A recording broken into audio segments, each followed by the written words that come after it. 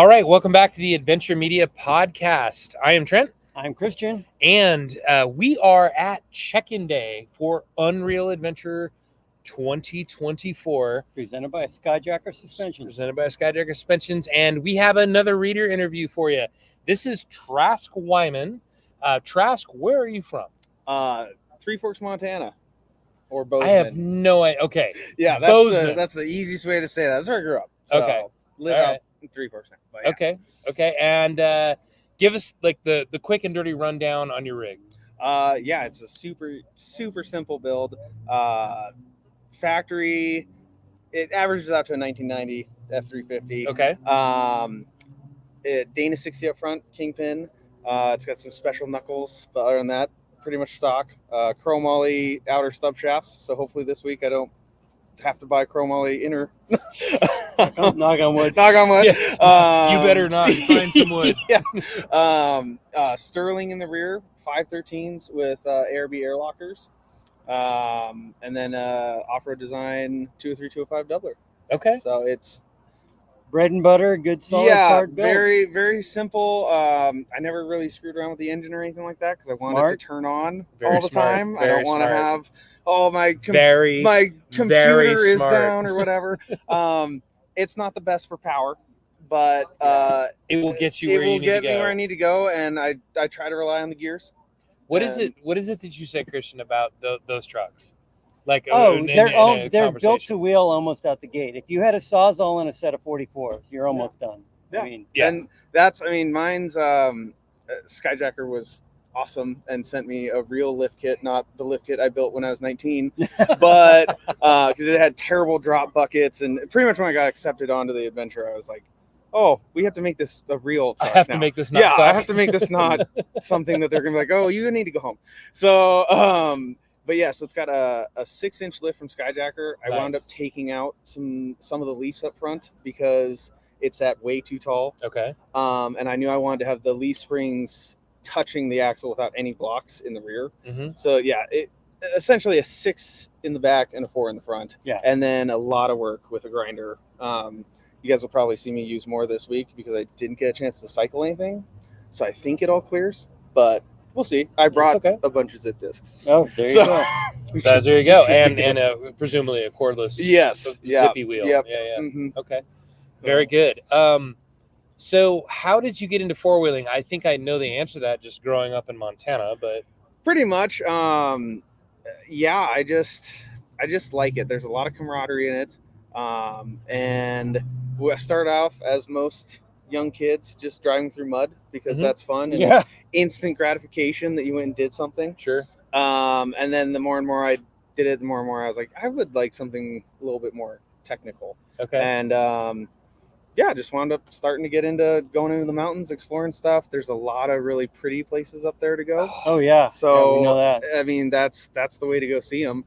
And yeah, I just like having a full size rig. It's fun to go up places where there's side by sides and 4-wheelers and see people bewildered that you're up there. How did you get that up giant here? truck? Yeah. And, giant truck up here. Yeah, and we hear that a lot. I've got a great group of friends back home. All of us off road.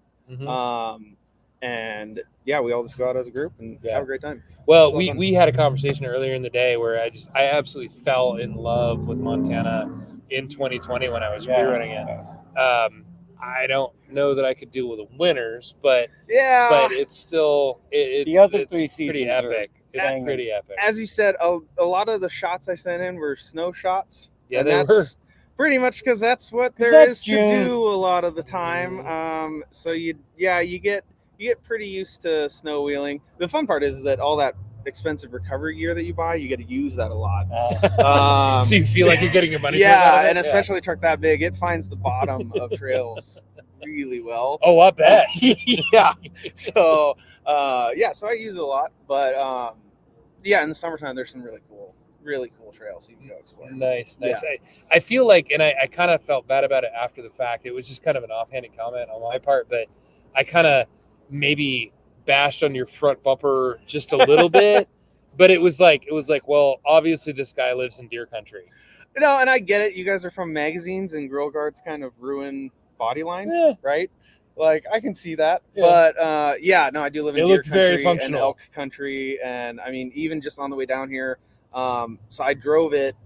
I have a brand new rear end in it. It had about 300 miles on it Okay. when we left, and then I tried to add a little bit more, and so I drove it down to Island Park, and we were using it as kind of the lead truck in case we saw anything. Didn't see anything. Got it loaded on the trailer, and then for the next probably 50, 60 miles, there was an elk like almost every mile, just sitting there on the side of the road, Just waiting. Yeah. I'm gonna jump out. Yeah, so we kind of that was fun, but yeah, it is functional. Also with a big truck and some tighter trails, sometimes you have to get really close to stuff, or maybe even park on something for a minute to back up to readjust. Yep. So it's Curb saved feeler. saved me some headlights. Mhm. Okay. Well, I personally am not unfamiliar with driving a giant car on an off-road trail, and neither is Christian. Yeah. Right. I can say that. How do you feel about body damage this week? Well, I usually don't look at body damage as like I look at it as, oh, that's a time I ran out of talent, but I kind of know wheeling with the extremely capable rigs here that it's probably going to happen. Then that's all right. Okay. Yeah, All right, cool. I fully expect to not have taillights. That is the correct attitude to have. Yeah, I've already got another bed lined up. So to prepare for this week, like what did you pack for spares? I brought spare hubs. I brought spare U-joints. Quigley was awesome and hooked us up with spare drive lines. Nice. And gosh, the one thing I didn't bring was spare axle shafts, which is hopefully we just don't need those. Yeah. But Well, there's a good strong chance there's somebody else in the group that might have one. that's true. But yeah, basically U-joints, stuff that I figured I probably could use to get out of the trail. I tried not to bring a lot of things I could find at a parts store. That's smart. Then the returning reader Brandon was very helpful with that. Yeah. Trying not to pack too heavy. Yep. I still feel like I gotta overpacked. meet that. That sweet is spot. that is a very important thing, is like balancing. Don't bring your entire shop with you. Yeah.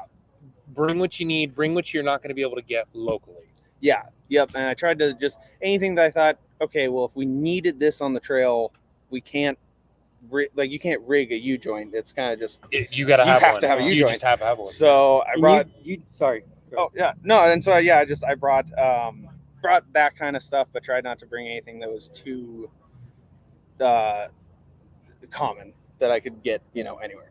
Right. But you did the same with your camping gear, because when you entered, you had a rooftop tent. You texted me. You're like, "Is it okay if I take it off for the event, or does it have to be like I applied?" Absolutely. You yeah, can take like that off. hey, man, Absolutely. it's your truck. You prep it the way you want. You camp the way you want. Yeah, so I use it a lot. I do a trip with my friends every year that's kind of like, well, it absolutely is inspired by this event. And I've got the rooftop tent for that because it's comfy and cozy and easy. They're comfy. Yeah, but for this, I knew I wanted to try to be as light as a giant truck could be. Yeah. And I figured the weight savings I got from taking that off would make up for some of the extra tools I'm traveling with. I don't typically travel with. Dude, that's super smart. So, super smart. Trying to balance it all out. To focus on the weight like you have been. Yeah. I've got big dome truck. Why can't I have big dome stuff in it? And everything. But it makes a difference. Yeah, it totally does. I mean, that rooftop tent, I guarantee you, is probably a couple 100 pounds. Oh yeah, and it's as high as you can get it. And as high as you can get it on the car. Yeah. And so that was super, super smart of you to play it smart. So did you just do like a ground tent? You have a tent? Yeah, we're both. My co-driver and I were both just ground tentants, and I figure there's some sand here. It's got to be comfortable. How bad can it be? How bad can it be? It might be a little rocky at certain points. I'm just gonna say, we're here for the misery. We're here for the sleep good at home. I wouldn't have a true UA experience if I was sleeping in this lavish rooftop tent. We gotta be on the ground. There you go. Yeah. So that brings up a great question.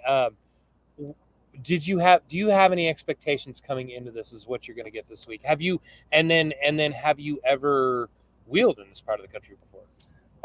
So I'm fortunate enough that I have some family here in Phoenix. And, Oh, really? Okay. And then in Cottonwood, Arizona.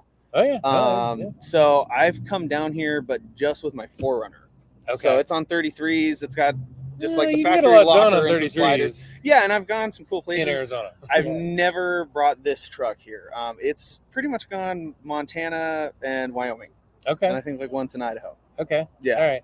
Well, like I said, you can get a lot done in Arizona on 33s with the 4Runner for sure. Yeah, and I had a lot of fun with it. I'm excited to come here with the truck big that truck? I'm more comfortable pushing further. But yeah, I do have some expectations to learn a lot of stuff probably. And then I definitely have the expectation for body damage. And that's probably pretty safe. It's Yeah. probably pretty safe. But no, I get that. I respect that. You know, I mean, and you are going to see quite the slice of the Southwest this week for sure. And I'm excited. I've talked about bringing this truck down to Arizona before just to visit family and stuff like that. Sure. I'm excited that it's here. I probably don't have enough time to see them when I'm here, but it'll be cool to have some experiences here, and that'll justify bringing it back down here later. Yeah, exactly. Mhm. Exactly. Mhm. Awesome. So Right on. Anything else, Christian? No, I wish you luck, man. If leave your ego at the door. Yeah. If you And feel it like sounds like he already want has. some- I mean, it sounds like he got the right attitude. He's yeah. like, I mean, I tried to. whatever comes. You're right in with the right mindset for this thing. So Yeah, for sure. Yeah, For yeah, sure. I definitely try to. So it'll be cool. I'm Yeah. excited. I'm excited. We're to be glad here. to have you aboard. I am. Yeah, and I am too. Yeah. Yeah. So, all right. Well, we're going to close this one out. Once again, this is another reader on the Unreal Adventure 2024. If you like this one, please, go hit the like and subscribe button. Go watch another video. It really helps the channel and all that stuff. And with that, we're going to be out.